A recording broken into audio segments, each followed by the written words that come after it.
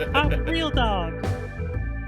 All right, all right. Oh, that'd be great. So let's jump into my pet issue this past week or so. This has been something that's always been really interesting to me, and it comes up all the time, generally in little ways. But I feel like it's worth a major focus because gerrymandering, in my opinion, is a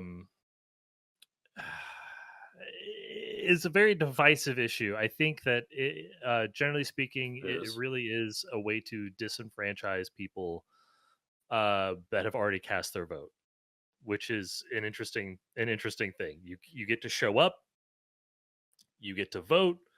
The people But don't your choose vote the doesn't mean representative. shit. The representative chooses their people. Right. And so I wanted to talk a little bit about our state as the focus of this, but Trump is pushing Texas and Missouri, as well as other states. The big one right now is Texas, but Missouri is like an easy win kind of focus. Yeah. 1 second, hold on. All right, so I wanted to focus on Texas, or sorry, I want to focus on Missouri a little bit, but Texas is a big focus here as well. For Trump, he's applying pressure on these states to go ahead with mid-decade, post well past census redistricting, which there is no federal limit on when you can redistrict. So it is Which is something I was thinking about today. Like this administration and the previous Trump administration, one of the things they've done kind of purposefully, but in a way to create more chaos, is to challenge or outright defy anything that isn't explicitly fucking nailed down. Anything that to this point is something that we've done away all of this time because of any sort of like agreement or anything that wasn't set in fucking stone. We've thrown all of that out, and it may have made a habit of pushing against exactly those kind of things. So anything that isn't sitting on rock solid bearing is being pushed against, and right. there's a lot of kind of small culminative effects to that. Well, with one of the effects with gerrymandering, with redistricting, obviously, is the opportunity to gerrymander, which of course, strengthens, at the very least, will strengthen Republican seats in states like Missouri. So I wanted to run down a little bit of history with you on Missouri. Just really quick. So up until 2008, when we saw, really, I mean, kind of starting in 2000 for in some ways, but 2008, where we saw like the full resurgence of naked Christofascism and pure white distilled aggrievement. Um, the Tea Party. Missouri had been kind of through the Tea Party. Missouri had been seen as kind of like a bellwether state that largely would consistently vote in line with what the presidential election was. Absolutely. Every election to that point, we were a bellwether state. I believe there was one outlier. I forget exactly. Maybe so, but not of a modern era. But not many. Yeah. Exactly. Yeah. None in the modern era. But so, in in 2000, going into the 2000 election, Democrats held 5 out of 9 of the U.S. congressional seats from Missouri. That's got to be a high Graves, watermark. Yeah, I mean, well, it some fluctuation, but yes. Yeah. Sam Graves, who still is seated to this day, wins in 2000 and takes that to a 5-4, which fairly closely matches the electorate. The electorate for Missouri, it tends to be a little over 40% Democrat and somewhere around 52 to 55% Republican. in Todd Aiken also, Mhm. just as an aside, shows up in 2000. Um, in 2008, Democrats win a majority of the votes in the congressional elections, but only take 4 of the 9 Uh-huh. seats. In 2010, Democrats lose another seat, and then we have redistricting. And there's a huge redistricting event that happens in Missouri after the census 2010, where Missouri goes from 9 congressional seats to 8. And this provides an opportunity to dramatically redraw the districts. And you would think, to keep something closely proportional to the electorate, it sucks. You'd rather have 4 out of 9, just mathematically, but Yeah. Democrats would probably be left with 3 of 8 seats. In Mhm. 2012, the election immediately following the redistricting from the 2010 census, Democrats lose another seat. And so there's a 6-2 majority for Republicans, represents a 52 to 42% split of the electorate that year. So 25% of the representation to the U.S. Congress from Missouri represents Democrats, and that is supposed to be proportional to 42% of the electorate. Mhm. Um, Mhm. so in 2020, there was another round of redistricting, and that leads to where we are actually today. There was a ton of controversy about a 7-1 map for Republicans that ended up getting somewhat squashed. They drew another 6-2 map that really cemented Republican leads in those 6 districts and further pushed the first district, St. Louis, to the east, and further restricted the Kansas City district, the 5th district, to a very tight area around Kansas City and taking up basically none of the rural area around it, a very small amount, and secured Republican leads in these other 6 districts. But now Donald Trump wants that 7-1 map. Mhm. So Hey, guess what? There's no Voting Rights Act anymore to protect any of these in any places. So, there is a little bit. So yes and no. So parts of the Voting Rights Act have hit SCOTUS and basically been kicked right in the head. But yeah. the part about um, redistricting minority plurality districts to But how do you think diffuse this the current strength SCOTUS of is going minority to vote. rule on that? Like, I Well, mean, here's the thing. Here's the thing is part that they won't rule against it, because what is interesting about that is it is it is useful, but also a potentially self-defeating part of the Voting Rights Act. Because if you can't, for example, in St. Louis, if you can't share any of that population into other districts because you're restricted from redistricting St. Louis away, any like diffusing any of the minority vote, and instead you're going to want to strengthen it because of how some interpretation of the Voting Rights Act, yeah, then you're never going to be able to share that potential, generally speaking, historically speaking, Democratic advantage into other districts. It's always going to be yeah, coalesced into one space. So if it tightens the expanse of the influence of a minority vote, then it is useful for Republicans. So casting that aside absolutely. is not necessarily useful for them, and because that's exactly what they used in 2020 to again tighten tighten these districts around Okay, St. but I Louis. mean, that's kind of what I brought up, or when I brought that idea up earlier about anything not nailed down, Mm. they're Mhm. going to blow past. Because a lot of these things depend on these notions of fair play and doing things in a certain way because we've done these things in a certain way, not necessarily because they're codified. And the things that are codified, if they're not codified strongly enough, we're going to bend until they break or push them to their breaking point and ask the Supreme Court to rule on it. Right. Yeah. Yeah. Absolutely. Which is kind of Absolutely. where I fear that we're at in this process here. Yeah, it's very likely. I think the thing is that so there's a gamble that Donald Trump's making on multiple fronts, that he's making with ICE, that he's making with how he's handling the economy and trying to overheat it just to hit at the right point for the midterms.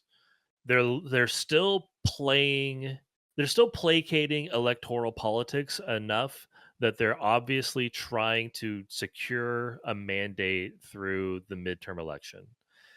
And Yeah, if yeah, it, yeah. They it, still it care about politics at this point, which is in a way kind of a good sign. They realize that they still have this apparatus that they have to work within, at mm, least for the time being. It hasn't basically like full on fascism and single party control hasn't been achieved yet, so they have to kind of play the game, I guess. right, they play the game a little bit. They secure this kind of mandate, which I think also culturally, like it's a it's a cultural victory for them in a way Hmm. that they can Hmm. say, well, then you like our dictator in We've chief. got He's this the closest. mandate. Yeah, look at So the. I guess we're just going to keep leaning on empowering the presidency.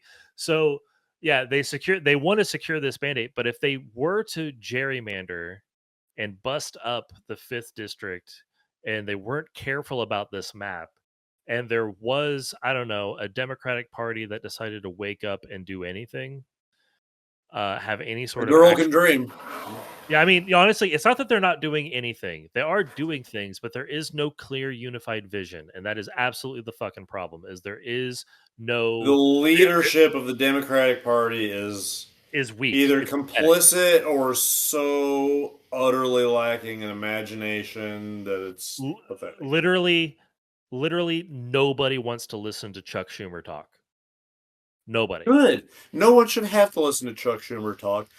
I Chuck agree. Schumer should take a long fucking walk off a short bridge and I let agree. people that That's the party care leader. about the future of this country and that party carry it forward. But Like, that's get the, the but that's the fuck out problem. of the way. That's the problem. Is that this is the exact problem, is that if a 7-1 map in Missouri was to be overcome, it would need to be overcome by an actual blue wave. And if you've got people like Chuck Schumer sucking all the fucking air out of the room for Democrats and playing the role of leader when he is clearly compromised, he is clearly weak in his Yes. position in every way, then where's that blue wave? We're gonna probably see the 5th district We have to broken have up a and go certain amount to, of leadership from within to get a blue wave like that.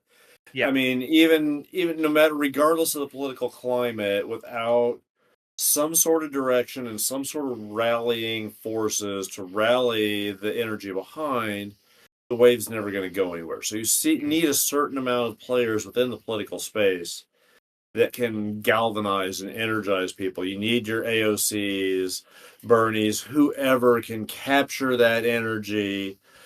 And there are people out there, but the right people just aren't getting enough attention. The fucking Mhm. Chris Murphys of the world that are doing real fucking structural work and trying their darndest to like scream it from the rooftops. But Again, like, like what's sexy about what, like, sort of leading on the earlier conversation we had about the Epstein stuff. If you're going to talk about like a positive message to how to respond to these kinds of horrible things, you need to be extremely bold in that, and you also, it has to be something that's going to get any airtime.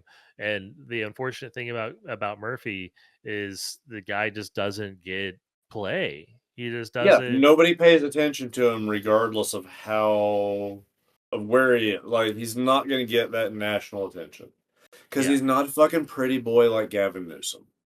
It's right. gonna take somebody like a Newsom that looks real good in front of the cameras to pick up that mantle and run with it. And if it's him, fucking I'll take it at this point. Give me I mean, any goddamn lifeline up out of this fucking I'll say this: black hole that we're in. Like, if you're gonna actually, if you're gonna live in this world where I was actually listening to a really good interview about this topic but about redistricting and gerrymandering. If you're gonna live in this world where gerrymandering is gonna exist in a state like Texas, where they're in Texas, it's way more egregious than Missouri. In Missouri, they're looking to swing Yeah. 1 seat. In Texas, they're looking to swing like 5, which is crazy. Mhm. But if And Texas is demographically is still a fucking purple state, yeah, even though yeah, their elected politics, much like ours, mhm. their legislatures, especially their state legislature, are overwhelmingly overrepresented by their rural districts and don't Mhm. represent the state as a whole. Well, It, Texas is going to be interesting in the response to ICE. I think specifically is going to be really interesting. I But sure it, fucking hope so. talking about Gavin Newsom, his response to this is to play the same fucking game. If that's going to be the case, then Fight fucking fire with we're gonna fire. redistrict the We shit have out of to. California. And frankly speaking, yeah, we have to. And Any other also, state that's remotely fucking blue, push every advantage that we have. Because they are going to push every advantage they have, and they have a lot more of them. and if they We want need this a shit to end, unified force pushing against it. and if they want this shit to end, where we redistrict the fuck out of New York, we redistrict the fuck out of California, we, you know what I mean? Like, if they want that Yeah. to end, then there needs to be mutual disarmament. It stops in California when it stops in Texas. It stops in And New that's York why I when it think that's stops why in Florida. Gavin. I don't think Gavin Newsom even as much of a whatever he is that he is. I don't think he wants to go down that road, but he's willing to call their bluff. Oh yeah, he's more than That's willing how. to just capitulate and play nice. He's got no problem playing the middle road. That's definitely Oh Gavin yeah. Newsom He's as fucking. corporatist and Yeah, fucking he's a capitalist path as of you least come. But resistance guy all the fucking way, but he yes. also does seem like the kind of guy that doesn't mind getting, having a couple of extra drinks and pushing the fucking red button. Oh yeah. He'll scrum a little bit Yeah. for sure. I'll give him that. He will. He'll get in there and fucking yeah. He'll scrum a little. Which wonderful. We need that energy wherever we can fucking get it. We But anywhere, like anybody that actually shows up to fucking fight. I would not have as much hatred for Schumer if he made almost all of the same decisions that he did from a position of yeah. I earnestly believe this is the way to go forward, and Yes. here is why it actually is impactful and meaningful, and had any sort of like I'd fucking love that. If that's where support for Hakeem his position. Jeffries and Schumer were coming from, Hmm. fucking bring it. I can get behind that. It's just constant Let's hemming and have that. hawing. But It's just it's constant not. vacation. There is no moral compass behind it. It's Mhm, pure money grubbing, capitulation, mhm. which again just all strikes me as being at best controlled opposition. I yeah yeah it's hard to. I mean, God, if you want to really talk about controlled opposition, what the fuck is Marjorie Taylor Greene doing right now? Jesus Christ! Holy But Jesus, that's weird. it, in this environment, That's got to be more of the kind of flooding the zone, though. There's no way Marjorie has had some fucking crisis of developing a conscience all of a sudden. Like, I it's mean, all just optics. It's theater. Like, listen, she's a sex freak too, but she likes adults. Okay. maybe we found Marge's moral fucking boundaries, and she She's won't go be. All deeply right, online. She's Jesus deeply Christ! If we online. get Marge on our side, all right. God If, damn, politics make if it she strange was to be bedfellows. loudly, belligerently anti-Trump, she will do more for our cause than Chuck Schumer ever has. That would be the weirdest and most amazing frenemy of all time. But it's the absolute truth. Like, that's how pathetic the Yeah, Democratic leadership is. Is all it takes is still a psychopathic conservative that is a turncoat to be but infinitely they better. genuinely believes it. If she Yeah, genuinely believes that, I would take her over Chuck Schumer at this point.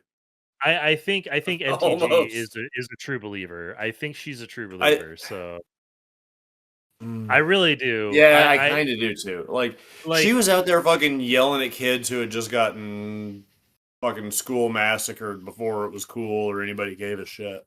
she's certainly more So, sincere than like a lot of mouthpieces, like a certainly like a Tucker Carlson would be. oh But or like a your Ann Coulters or someone yeah, like yeah. that. Like Yeah, like there are she's in it. she wants to play for that team. Like it's in her heart. It's sincere. Yeah, I mean, she wants to play for that team because at her heart, she's just a fucking bridge troll.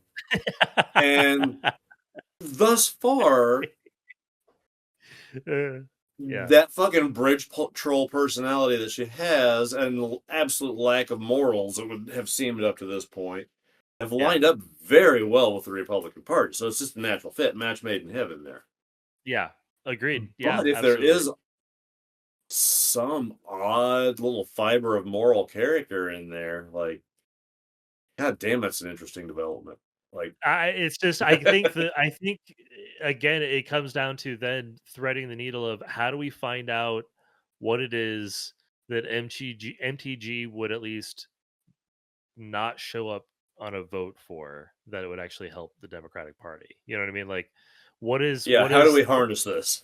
yeah, how do we use this weapon that might kill Yeah. us if we pick it up? God, how bizarro would it be if, like, it ended up actually being some sincere in some odd way, like something about this triggered some emotional trauma from her past that made her like all of a sudden stand up and fight against this issue. I don't know. Uh, My mind is just racing, imagining some backstory that actually triggers some moral I'm pretty dilemma sure within. I It's see I fascinating. It's see fascinating. I see a Bernie Sanders MTG Unity ticket in our future.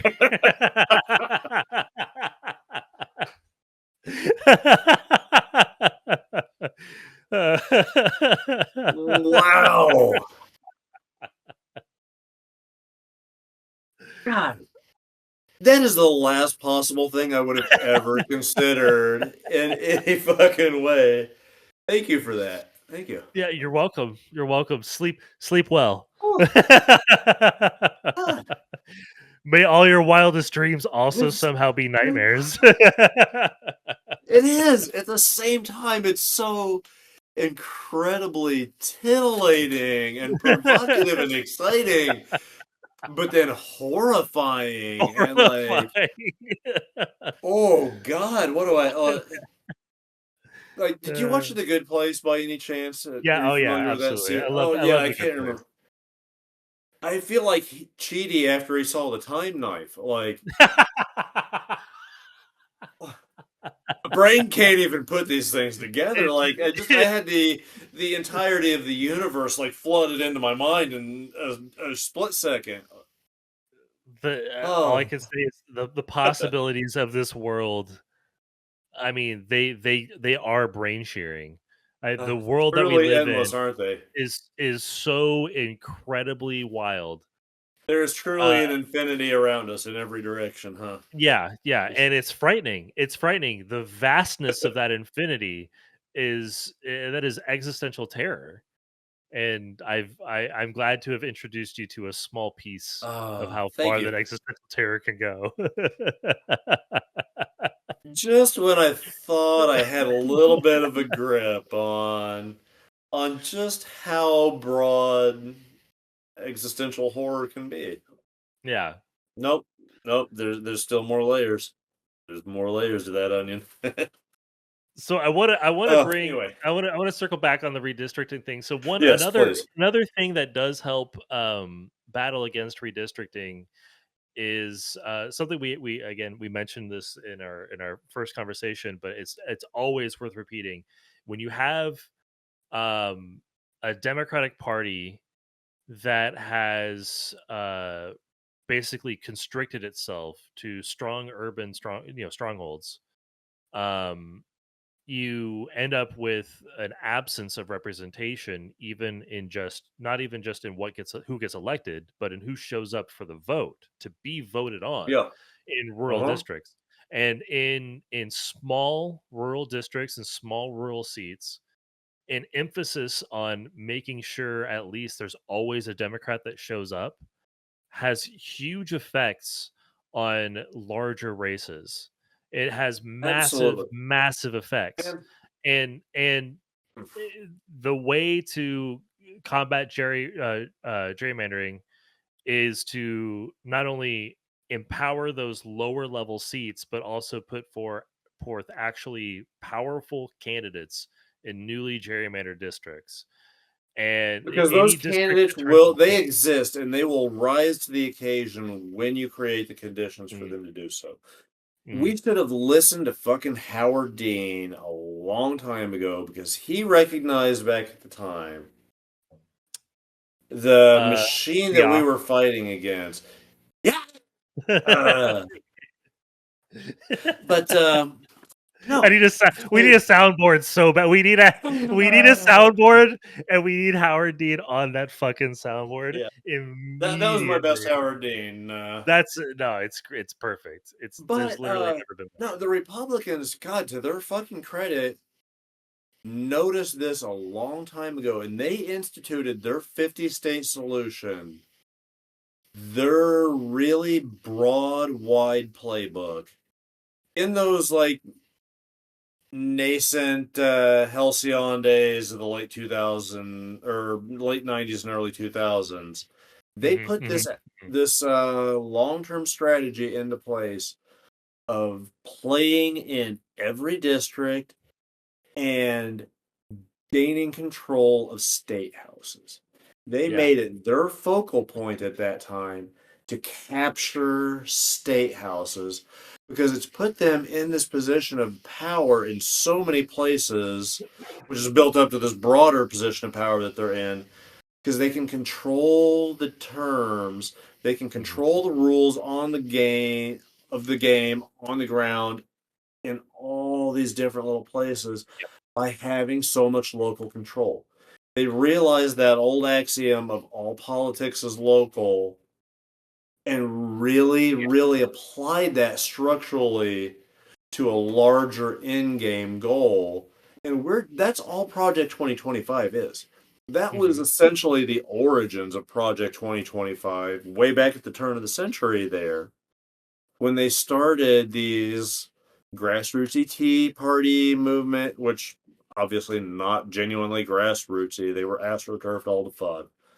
But they recognized that localized small scale power and Mhm. that how it's going to grow out and have these broad ripple effects that it has. And like Missouri is a perfect example of that because they own our fucking state house soup to nuts and it gives them so much structural power in the state. And that plays out in all these other states where they've gained an undue amount of structural power and control in state politics.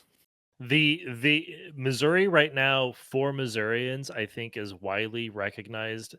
Like the Missouri legislature is widely recognized as being just notorious for overturning The will of its own affirmative voters, yeah. ballot measures. Yeah, and the reason why they can get away with it is because of exactly what we're talking about. Because of Mm-hmm. that They own Republican the strategy fucking of state playing house. every district and Democrats just not showing up because Yeah, where's the support? Where's the money? Where's that going to come from? And exactly. it not The only state leads to party's them. not spreading that money around to all these other districts outside of your St. Louis, Kansas City, Columbia, Springfields. Like they Mhm. don't give a shit outside of that. They don't even it, try. They uncontest everything.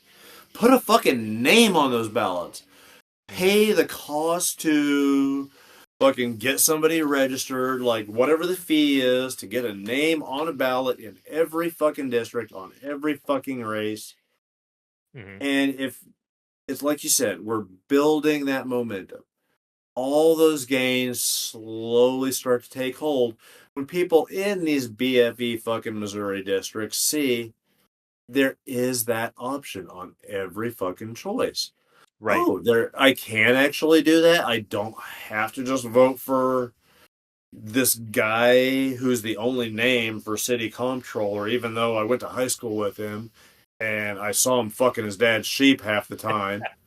I can vote for somebody that's not the sheep fucker. Okay.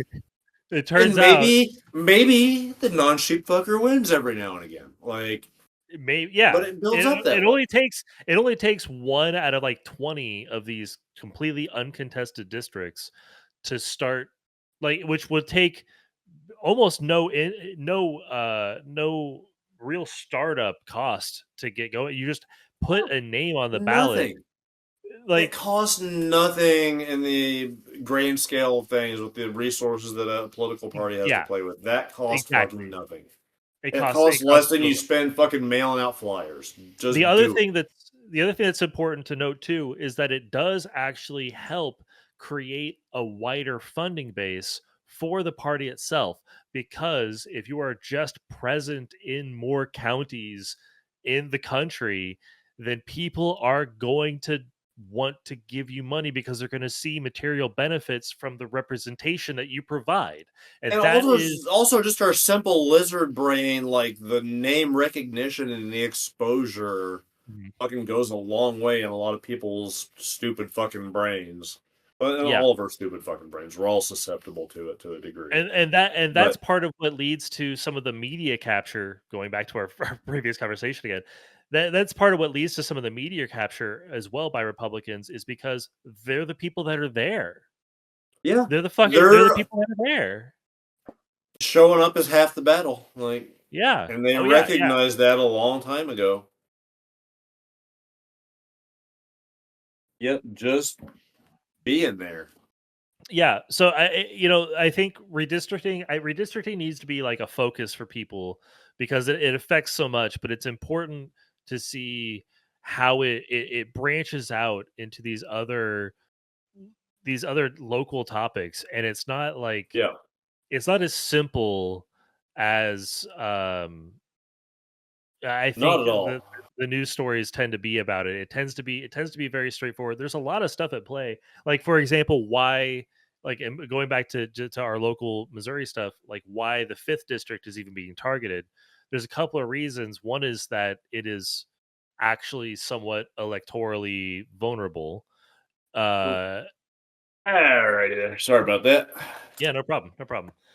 Um, so yeah, what I was getting into was, the reason why the fifth district in Missouri is being targeted is because it is a little bit more electorally like vulnerable, and also like Yeah. going back on what I was saying about the Voting Rights Act, like the first district in St. Louis, the fifth district by the way is Mhm. Kansas City area. The first district, Thank you. St. Louis, is, again, it's a minority plurality district, so it's breaking it up, like there is a chance for legal challenges that maybe they just don't want to have to deal with. Like at some point I feel like Yeah. if they're going to be political with SCOTUS, then they have to recognize you can only make so many unpopular moves with them at a time, and you gotta, like, Yeah.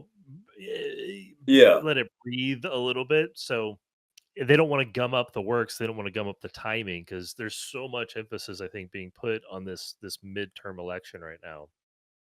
Yeah, there And really is. You can tell that they're investing a lot in it, which, yeah, again, in my eyes, as pessimistic as I'm viewing things generally, the fact that they are putting a lot of effort into it is encouraging.